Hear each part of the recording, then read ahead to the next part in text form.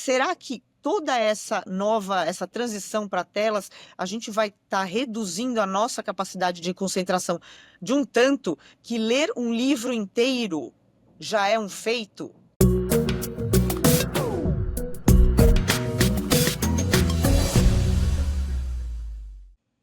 Oi, gente, esse é o podcast Neural da Folha de São Paulo. Eu sou a Patrícia Campos Melo. E eu sou o Ronaldo Lemos. E depois de um longo inverno de 2 semanas de ausência, a gente finalmente está de volta com um programa cheio de novidades para vocês. Mas primeiro eu queria falar, Ronaldo, parabéns, nasceu seu filho, Mateu. Você deve estar aí noites insones, e a gente pede desculpa aí para os ouvintes por esse intervalo maior do que esperado. Como é que está aí a experiência? Nossa, Patrícia, tá incrível, né? Parece que tem 10 anos que a gente não grava um Neural. A minha vida, pelo menos, virou de ponta cabeça, né? Desde a última vez que a gente gravou. E até muito impressionante porque fica todo mundo te perguntando, nasceu, nasceu, nasceu? E aquilo só aumenta a ansiedade. E o papel, né, do homem tem que ser de ficar calmo, né? O nosso papel é de manter a calma, reduzir a ansiedade. E aí, nesse último dia, aí ele nasceu, a gente foi para o hospital, a Xanda teve parto natural, e aí é outra maratona, né? E aí, de novo, o papel é ficar calmo, ajudar, apoiar. E aí a outra fase é a amamentação, que também é outra luta. E, de novo, a minha dica é a seguinte: o homem tem que estar presente, né? A nossa função é a função da presença, do apoio, porque, pessoal, não é fácil.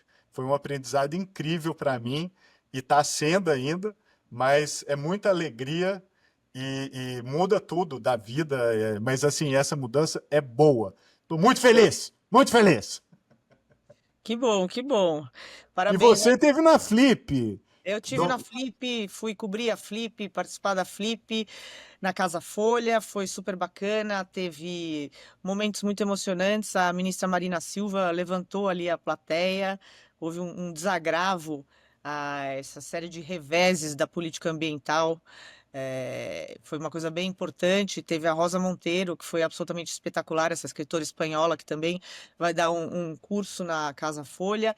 E foi uma pauleira, mas agora estamos de volta, e que bom.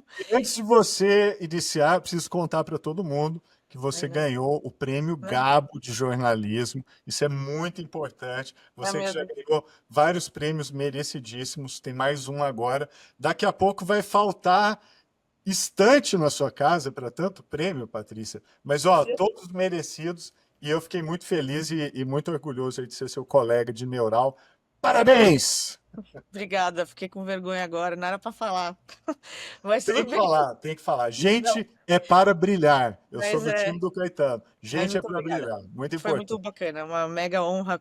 Eu ganhei, dividi com outros 2 colegas, o pessoal do Armando.info, que é um site investigativo venezuelano. São os caras muito guerreiros, jornalistas que estão no exílio. E a Laura Sommer, que tem um serviço de fact-checking para os Estados Unidos, para a comunidade hispânica. E foi bem legal. Eu levei meu filho para conhecer a Colômbia. Isso foi bem bacana. Bom, hoje a gente tem um programa cheio de coisa para falar. Vamos começar debatendo o plano de inteligência artificial que foi lançado pelo presidente Donald Trump nos Estados Unidos. É um plano ali com orientações e também ele tem alguns decretos, né, as ordens executivas sobre o assunto. E poucos dias depois, a China, os líderes chineses lançaram num evento de inteligência artificial em Xangai um apelo ali, uma proposta de uma concertação global para a inteligência artificial. Tem uma pesquisa muito interessante, que é a pesquisa recente do IBGE, a Pesquisa Nacional de Amostras de Domicílios, sobre o uso de tecnologia da informação.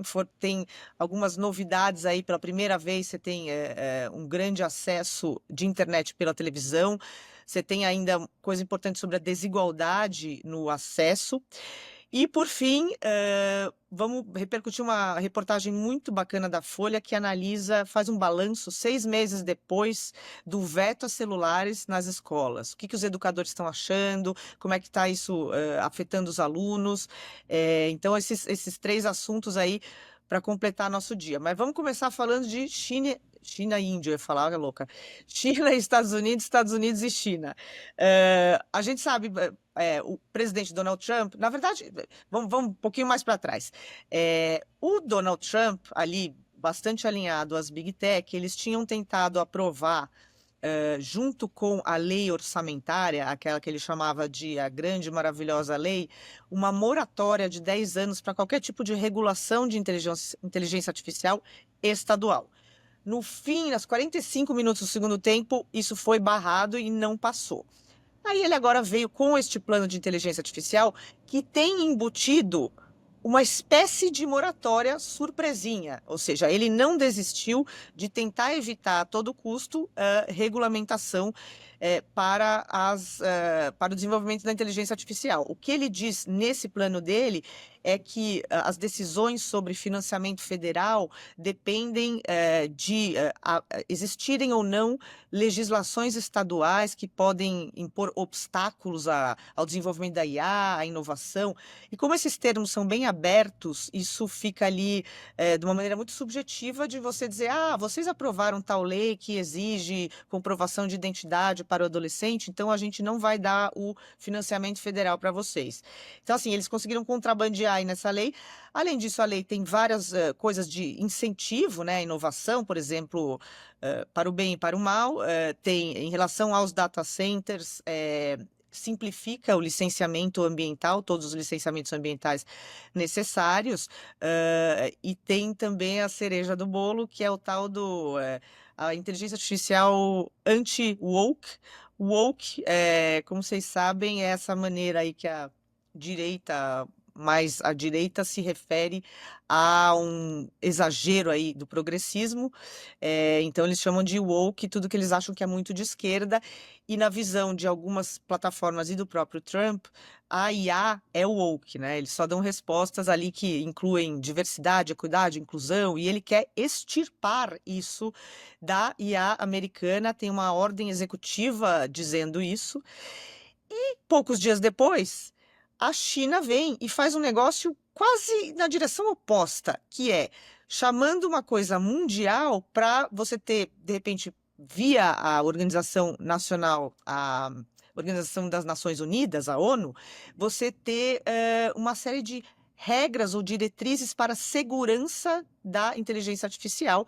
Isso é uma coisa discutida entre os países. Então, quando os Estados Unidos está tentando desburocratizar, desregulamentar para ser dominante em relação à China, isso foi dito pelo Donald Trump, a China está ali do outro lado, pelo menos na retórica, defendendo um multilateralismo e um cuidado maior.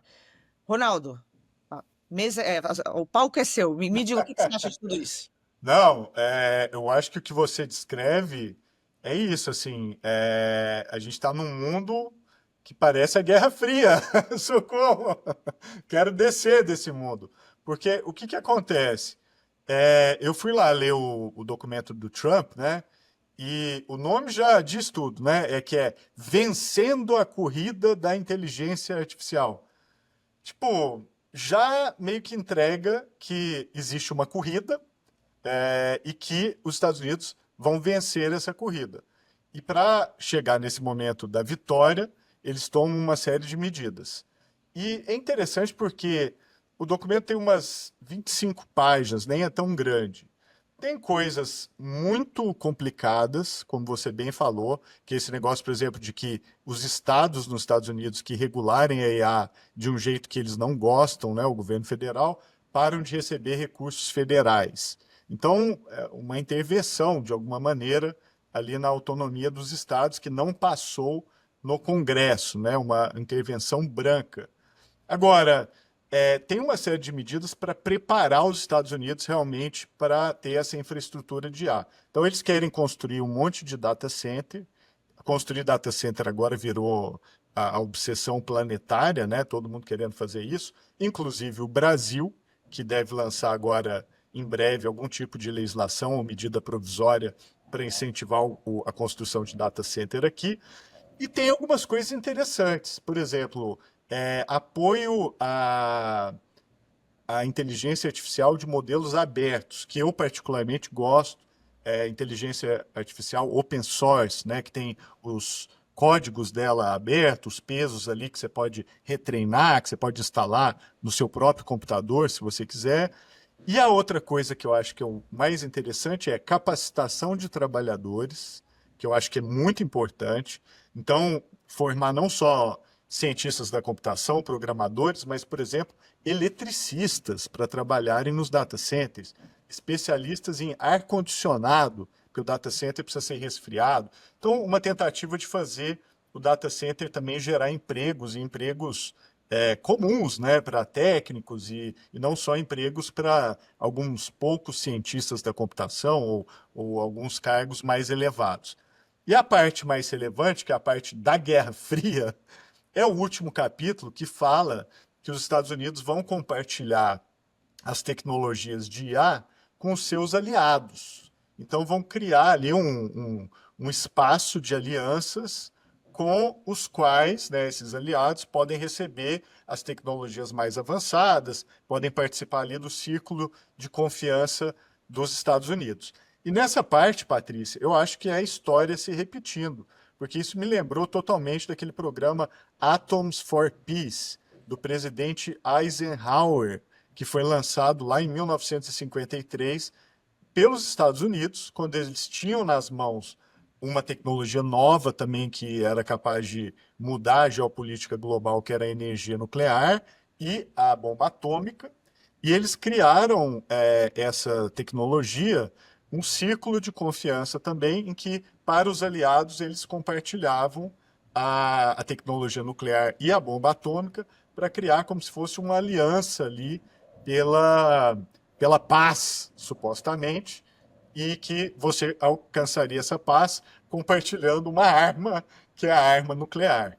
E a China vem, como você falou, né, e cria o programa deles, né, agora também de IA, com um caminho também diferente dos Estados Unidos, o que me lembrou também a resposta soviética, que era o Atoms for the East.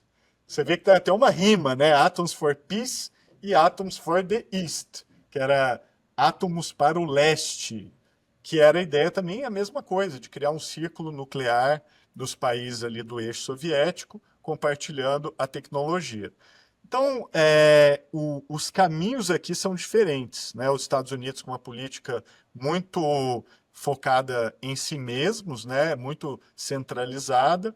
A China tentando acessar os canais multilaterais, então ONU, ITU, né, que é a União Internacional de Telecomunicações, tentando criar, por meio do sistema global, canais para eventualmente pensar e regular a IA. E os Estados Unidos não, ignorando completamente esses canais e querendo criar ali alianças diretas. Agora, curioso que tem alguns pontos de convergência.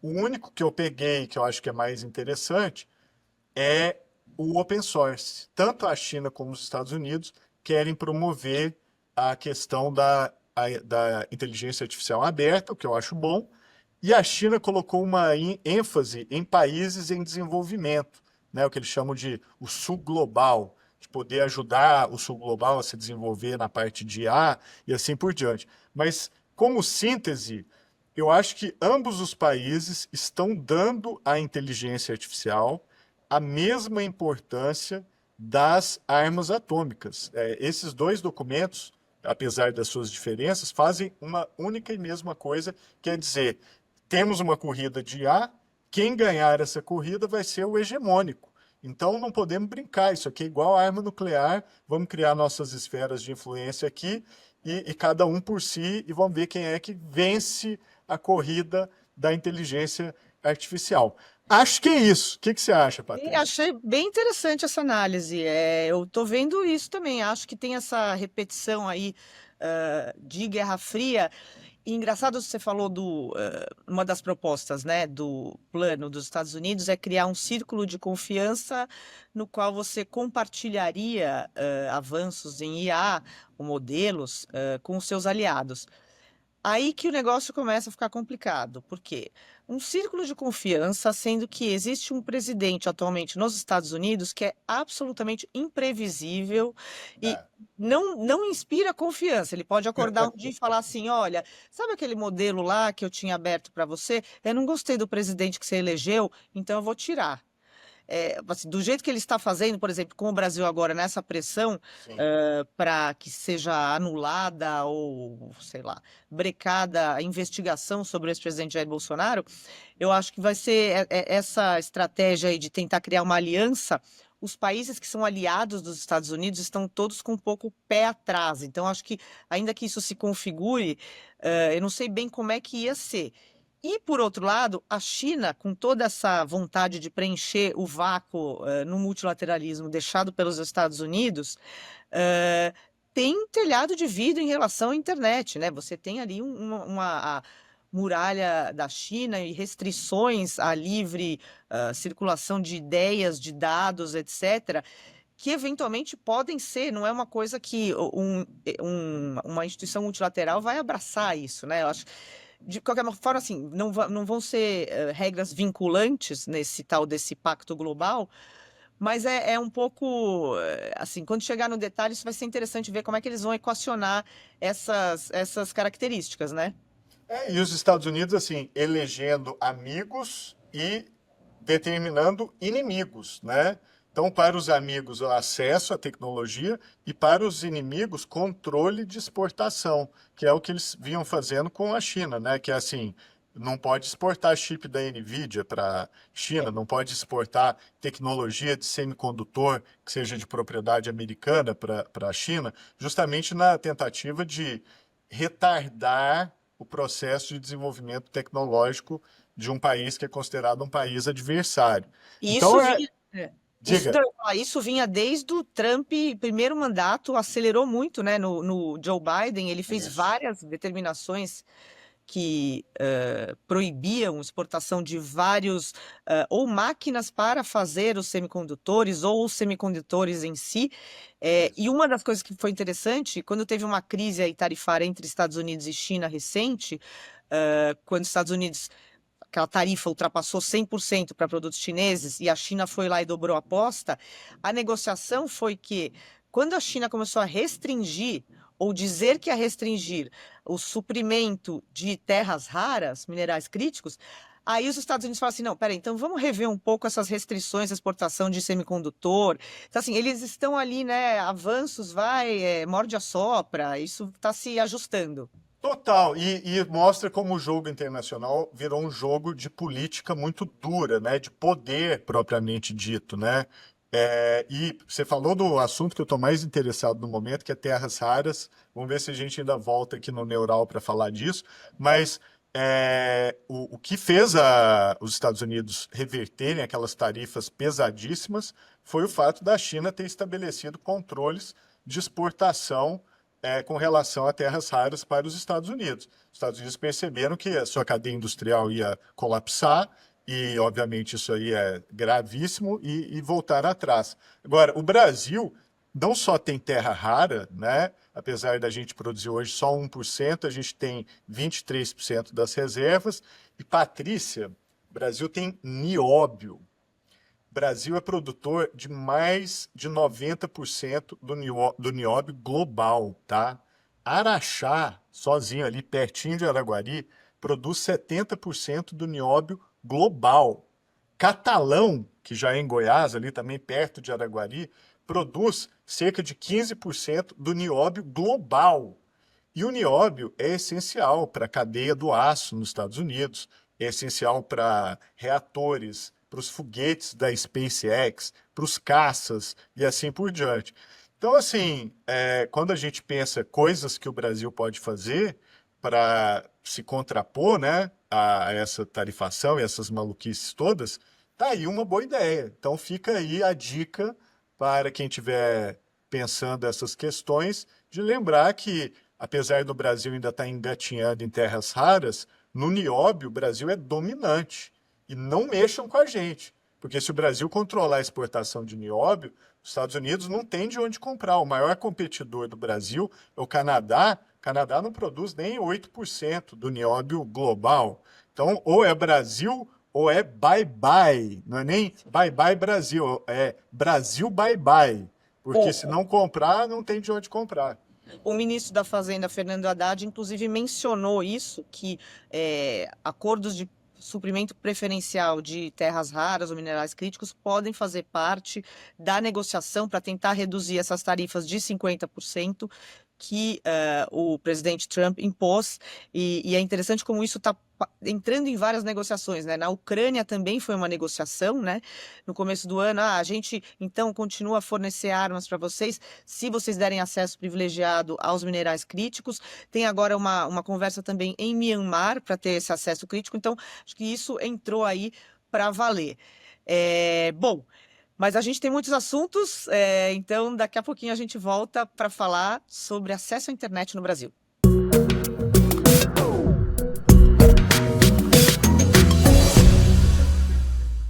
Bom, saiu recentemente o resultado da PNAD, sobre que é a Pesquisa Nacional por Amostra de Domicílios sobre o uso da tecnologia da informação. E tem uns dados muito, muito interessantes. Primeiro, é que 98,8% das pessoas acessam a internet pelo celular, algumas exclusivamente. Isso tem implicações, inclusive, na qualidade do acesso que as pessoas têm, né? Porque você tem pessoas que têm limitação de pacote de dados no celular. Isso é uma coisa, até depois a gente pode discutir um pouquinho mais. A ministra da Gestão, a Esther Dweck, conversou um pouco sobre isso, essa importância aí. E a outra coisa é que, pela primeira vez, mais de metade da população, 53,5%, acessa a internet pela televisão. O que isso revoluciona, Ronaldo? A gente ter assim agora, a televisão é um meio de acesso. Microcomputador são 33,4%, ou seja, muito mais gente acessa pela TV do que pelo próprio computador. Nossa, Patrícia. Bom, primeira coisa é o seguinte: vamos primeiro fazer as comemorações, né?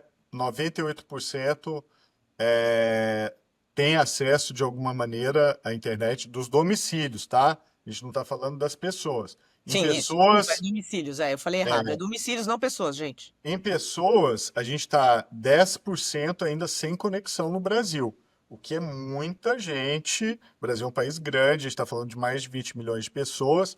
Temos que trabalhar para conectar todo mundo. Então, tem trabalho ainda a ser feito.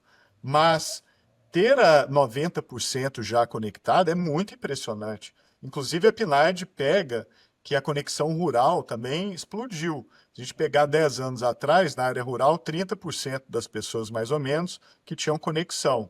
Hoje a gente está falando de 89%. Inclusive, é muito legal ver a quantidade de pequenos provedores de internet no interior do Brasil, né? Tem um monte de pequeno empresário montando ali serviço de provimento da rede. E algo muito curioso: às vezes a internet no interiorzão, numa fazenda, é muito melhor que a internet em São Paulo, no Rio de Janeiro, porque ela não está congestionada. Então você vai baixar alguma coisa, o negócio voa. Sabe aquela internet que você fala, caramba, essa aí é incrível. E essa internet boa, muitas vezes está no interiorzão por causa disso. Então, isso eu acho que a gente tem que comemorar. Agora, pontos de atenção. E aí você falou coisas que são importantes. O celular é de longe o meio mais usado, né? A gente está falando aí de 98% usa o celular de alguma forma, de quem está conectado. Por quê? Porque ele é o mais barato. As famílias pobres não têm dinheiro para comprar um computador, às vezes não têm dinheiro para comprar a televisão, mas compram o celular. E o celular, hoje, ainda mais com marcas chinesas que estão entrando cada vez mais no mercado brasileiro e outras, tem celular baratinho que dá uma boa conexão. Agora, a conexão com o celular é isso, é uma conexão limitada. Como você falou, muita gente não tem plano pós-pago, né? É plano pré-pago. Aliás, a maioria absoluta das pessoas é tudo pré-pago. Então, tem que ficar ali economizando conectividade. A pessoa, ela realmente não tem dinheiro para pagar por boa conexão e é uma conexão ali meio complicada. O pacote, Agora, dizer que o pacote de dados acaba nos 10 primeiros dias, aí você faz o quê, né? Você gasta. Então é uma conexão barata, mas não é tanta qualidade, né, se você for pensar, porque ela é mais limitada. É ilimitada e é muito fácil de você consumir. Às vezes você assiste YouTube na volta do trabalho para casa ou qualquer outra coisa do tipo, acabou o seu pacote de dados. Então é muito complicado. E o celular, ele não é bom para trabalhar. Então também me chamou muita atenção o declínio, né, do uso do computador na conexão. A maioria dos domicílios, né, no Brasil hoje não tem mais computador em casa, tem só o celular. Então, o computador, ele hoje está ficando mais para as famílias que usam o computador para trabalhar.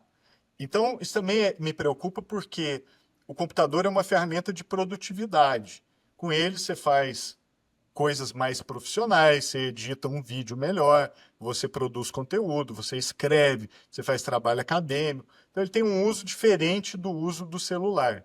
E esse uso está declinando, né? A gente está falando ali de 10 anos atrás era algo como 60% o uso do computador, hoje está em 30 e poucos por cento. Então, um declínio que eu acho que é muito preocupante. E no meio disso tudo, tem um equipamento que está brilhando, que está crescendo enormemente, que é a TV. A TV hoje, como a PNAD mostra, ela representa algo como 53% de todos os acessos à internet, né? Não de todos os acessos, mas 53% das pessoas que acessam via televisão. Agora, por que que isso é importante? Primeiro que 10 anos atrás era 11%, hoje é 53%. A gente está vendo o advento da Smart TV, né? Então, a TV ela já vem pré-embarcada com aplicativos de streaming. Então, esse acesso à internet, não é que a pessoa vai trabalhar pela TV, vai pagar conta, vai fazer trabalho escolar, ela vai assistir streaming, né? Ela vai assistir o Netflix, o Globoplay, etc. Com a predominância de um serviço que é o YouTube. O YouTube, a gente já falou muitas vezes aqui no Neural, é o gigante silencioso. Pessoal, o YouTube é dominante. As pessoas que têm Smart TV, muitas vezes assistem YouTube o dia todo. Muito mais do que assiste Netflix, muito mais do que assiste a TV propriamente dita. Então, essa chegada dos streamings na televisão é o que está fazendo com que a gente veja a TV assumindo esse papel tão importante ao ser contabilizada pela PNAD no acesso. Isso é bom ou é ruim? Eu acho que assim, a gente tem que pensar um uso não só como consumidor de informação, mas como produtor de informação. A gente está numa economia cada vez mais digital.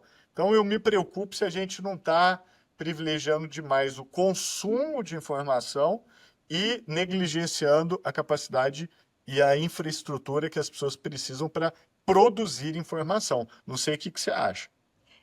Um dado me chamou a atenção, essa coisa de que o acesso por computador é só 30 e poucos por cento, né? Eu me lembro durante a pandemia de Covid, uma das reportagens que a gente fez na Folha era sobre a dificuldade, de alfabetização de crianças de comunidades de baixa renda aqui em São Paulo, porque elas tinham que fazer isso de modo remoto. E era assim, era uma família inteira dividindo um celular. Às vezes o único acesso à internet era o celular. Então, isso que você falou, essa diferença, né? Pela televisão, eles estão passivamente consumindo streaming e não necessariamente produzindo conteúdo ou interagindo, né? Isso é uma coisa a se pensar. E a outra coisa é que os dados mostram que ainda existe uma diferença grande em relação à raça, né? Você tem, olha aqui. Em 2024, as pessoas brancas que utilizaram a internet foi de 90%, chegou a 90%. As pessoas de cor preta foram 88,4% e parda 88,6%. Essa diferença vem diminuindo, mas ainda inaceitável que haja uma diferença, né, em relação à raça das pessoas, o acesso que elas têm a esses a tecnologia, né? Que é uma coisa que vai ficar cada vez mais obrigatória para você, inclusive, ter uma ascensão econômica. Total. Até melhorou, né? Da PNAD Sim, do início lá diminuiu. dessa série, melhorou muito. Mas assim, como você falou, pelo amor de Deus, não dá para ter diferença por causa disso. Isso é um absurdo. E a outra coisa só que eu acho que vale destacar é o tipo de serviço que as pessoas estão usando e que está crescendo muito, né? Então, o serviço bancário cresceu absurdamente o uso Ah, é. da internet para serviço bancário. Cresceu o uso, eu acho que o Pix é o fator aqui chave, né? As pessoas usando a internet para mandar Pix.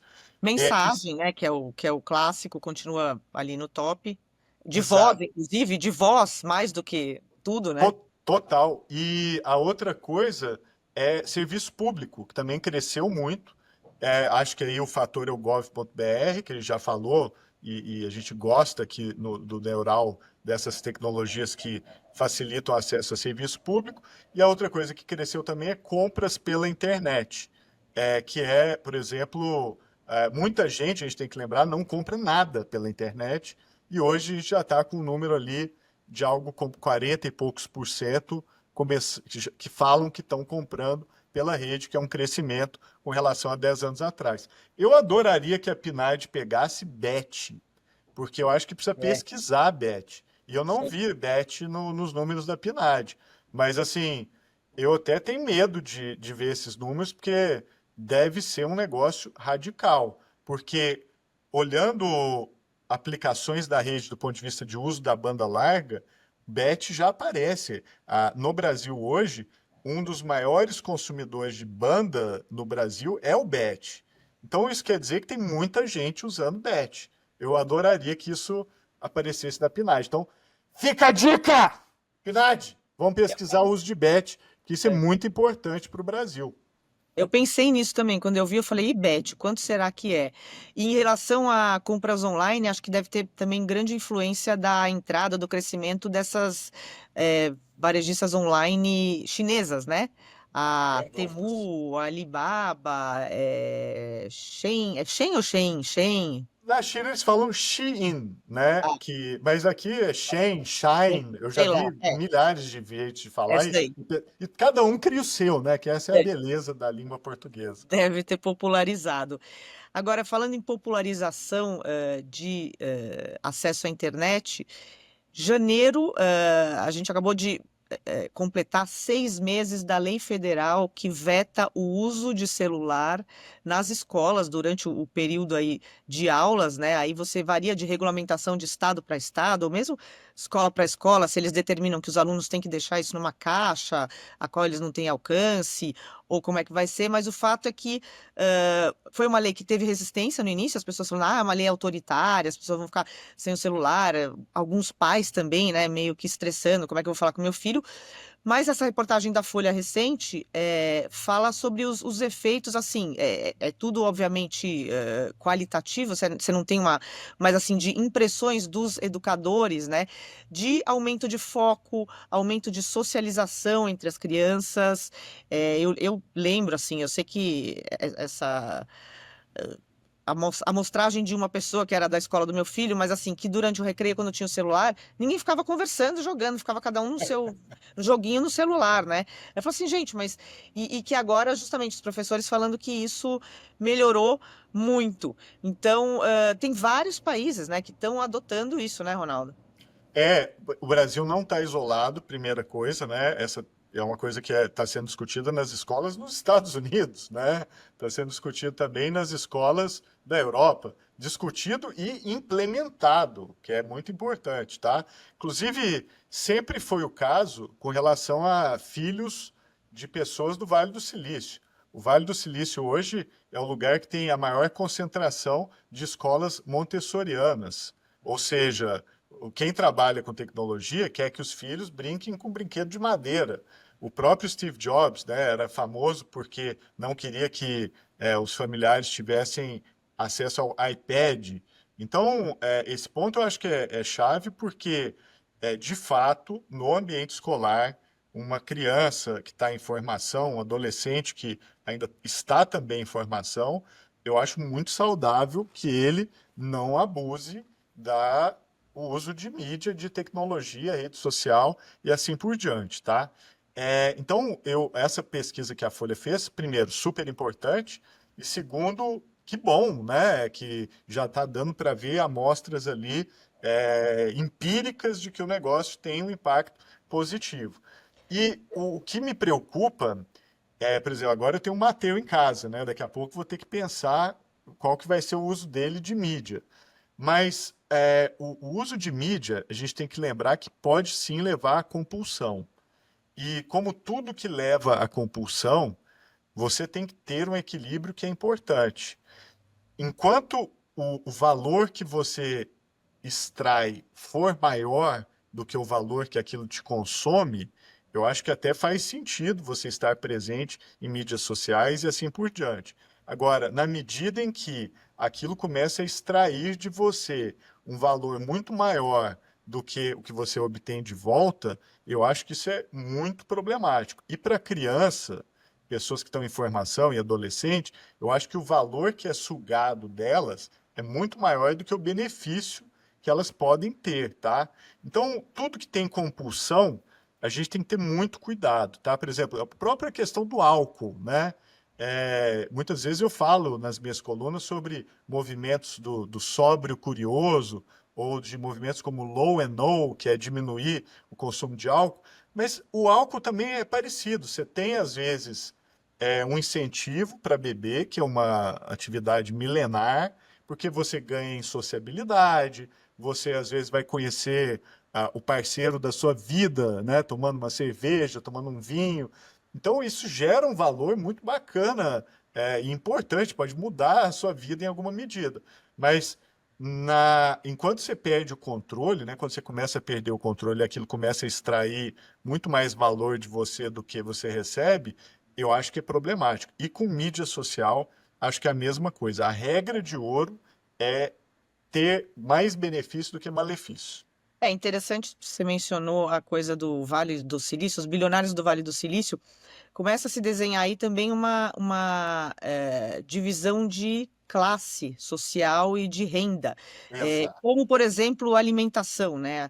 A gente sabe que hoje em dia as camadas de baixa renda, com menos poder aquisitivo, são as que mais consomem alimentos ultraprocessados. Exato. E você aí tem os mais ricos, têm mais dinheiro, eles vão comprar verduras, frutas, etc.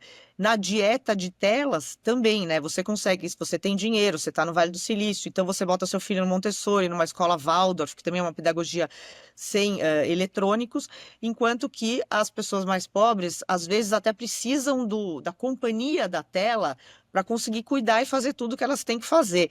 E os efeitos disso, tem um artigo bem interessante, uma coluna de uma jornalista chamada Mary Harrington no jornal New York Times, que ela fala um pouco sobre isso e ela já começa a desenhar os efeitos sobre a capacidade, de atenção, de concentração das pessoas.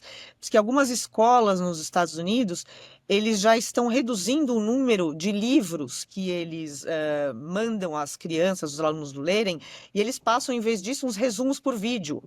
Porque diz que as pessoas só conseguem prestar atenção numa coisa que seja mais curtinha. Ou a outra coisa, que no ano passado, menos de metade dos americanos leram um livro, um único livro. Então, assim, será que toda essa transição para telas, a gente vai estar reduzindo a nossa capacidade de concentração de um tanto que ler um livro inteiro já é um feito? Isso é muito louco pensar nisso, né? E a questão da distração e a questão da dopamina, né? Você está precisando de estímulo o tempo inteiro ali, e rede social é muito isso, né? Descargas de dopamina que são esporádicas e por isso mesmo geram compulsão, que fazem você ter que ficar voltando ali o tempo todo. Agora, a gente até falou da dica que a gente está dando para a PNAD de medir bet. Eu acho até que precisa pensar isso também para o contexto de bet, porque na mídia social você ainda tem a possibilidade de obter um retorno positivo. Então, entre o que você dá de valor para aquilo e o que você tira, ainda há chance de você tirar alguma coisa ou ter até, quem sabe, um saldo positivo. No bet, é a dopamina pura, né? Você só tem o que ser sugado. Eu não conheço ninguém que falou: nossa, o bet transformou a minha vida numa Fiquei vida milionário. melhor, melhorei de vida por causa do bet. Eu nunca vi isso acontecer. Então, rede social tem o problema da compulsão, mas o bet você só sai no prejuízo, não tem um retorno, né? Você não vai gerar uma profissão. Hoje tem gente, muita gente, inclusive no Brasil, que vive de mídia social. A pessoa tem uma presença, vende produto, Influenciadores. influenciadores, mas também vários profissionais, tipo nutricionistas, dermatologistas, advogados, médicos, que, vamos dizer, captam clientes, né, de alguma maneira, comunicando ali um pouco sobre o seu trabalho e assim por diante. E muita gente vive disso no Brasil, né? Virou uma profissão. Agora, o Bet não é uma plataforma para isso. O Bet é meio que só para tirar o dinheiro em troca ali de descargas de dopamina muito rápidas, que logo depois desaparecem e não deixam nada em troca. Ou Então, seja, oi? não, eu ia falar, ou seja, os bets só tem perdedores, Só que tem era a minha deixa para falar. A gente tem muito mais para falar, mas senão a gente não vai conseguir falar de tudo que é, além dos perdedores, que são todo mundo que usa bets. Vamos falar daqui a pouco sobre vencedores, perdedores e a sua previsão da semana, Ronaldo. Perdedores!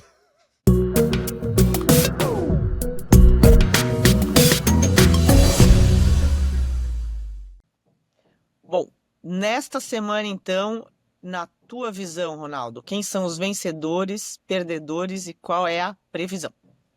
Bom, começar pelos vencedores, tá?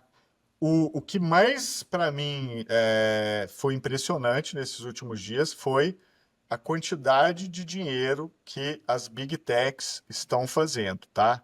Então, os vencedores da semana são empresas como Google, Meta, Nvidia e Amazon, Apple, ou seja, as famosas empresas de tecnologia dos Estados Unidos. Os números, Patrícia, são chocantes, tá? Por exemplo, receita do Google em um trimestre chegando a 96 bilhões de dólares. Isso é um crescimento de 14% com relação ao ano passado, no mesmo trimestre, tá? Só o YouTube Ads, a gente falou do YouTube, né, o gigante silencioso, com 9,8 bilhões, superando expectativas de receitas que eram de 9,5, ou seja, não só bateu a meta, mas superou a meta ali com 300 milhões de dólares, né? Fica parecendo a vírgula 0,3, mas a gente está falando de 300 milhões de dólares, tá? E tudo crescendo, né? As empresas todas, Microsoft, também colocando relatórios ali de receitas gigantes. E eu queria fazer uma análise exatamente sobre isso, que é o quanto o mercado, né, dos Estados Unidos, acionário, está sendo dominado pelas empresas de tecnologia. Hoje, 50% do valor de mercado de todas as ações das empresas americanas estão concentrados nas mãos de 7 empresas. 7 empresas representam 50% de todo o mercado acionário dos Estados Unidos.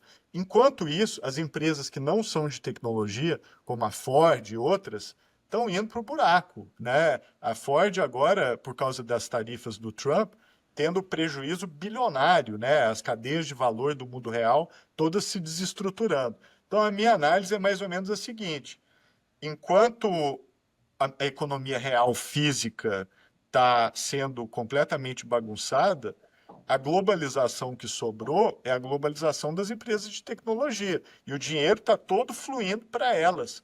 Então, eu não acho normal que 50% do mercado acionário americano, que é o maior do mundo de longe, seja dominado por 7 empresas. Então, isso me preocupa um pouco. A, Mas é o vencedor da nossa semana, porque é a muito minha dinheiro. análise sobre o vencedor da semana é: da próxima vez que as Big Tech fizerem chororô e disserem que a regulamentação vai encarecer e que vai ficar o custo de fazer negócios e que eles vão embora do país porque vai ser muito caro cumprir as regras, lembrem-se de quanto dinheiro eles estão ganhando. Mas vamos lá, e os perdedores, Ronaldo? Então, o perdedor é o outro lado da moeda aqui também, uma empresa de tecnologia que a gente também sempre acompanha aqui no Neural, que é a própria Tesla, né?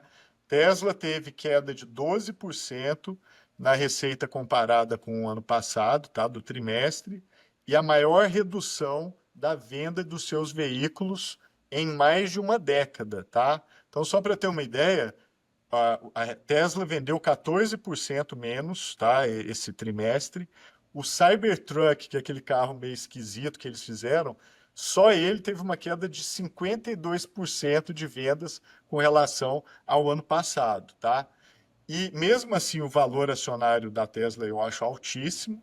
Como a gente sempre discute aqui, o valor deles de mercado é 11 vezes a receita, o que é uma loucura, né? Porque quando a gente fala de empresas como Ford, General Motors e outras, o múltiplo é sempre próximo de uma vez a receita, né?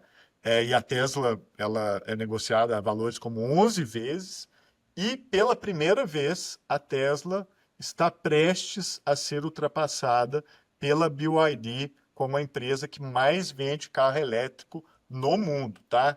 Então, é interessante, o reinado da Tesla, que parecia absoluto, ele está sofrendo e não é por acaso que o Elon Musk está fundindo todas as suas empresas, tá? Acho que pontualmente já teve alguns meses ou alguns períodos que a BYD já vendeu mais que a Tesla, inclusive, né? Mas acho que então prestes a ultrapassar de vez. E a previsão para a semana, Ronaldo, qual é? Previsão é o que vai acontecer. Você já reparou que a gente faz muita busca na barrinha do browser aqui, né? Quem está assistindo o Neural no computador, né? Pode ali fazer uma busca no Google e muita gente faz essas buscas na barrinha do browser.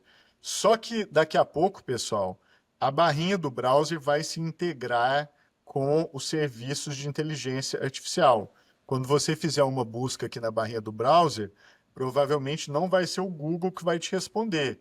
Vai ser ou Gemini, ou ChatGPT, ou Anthropic, que está começando a ocupar esse espaço das buscas na barra do browser, tá?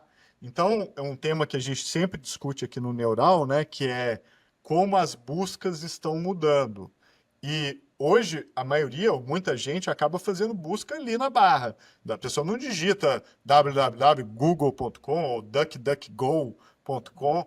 A pessoa, o bing.com, né, ela vai ali, procura o que ela está pesquisando e vai em frente. E daqui a pouco, o resultado padrão vai começar a ser resultados de inteligência artificial. Isso tem impactos profundos, a gente já falou vários deles aqui, mas vai mudar, é mais um tijolo nessas mudanças do mercado de buscas que a gente está acompanhando.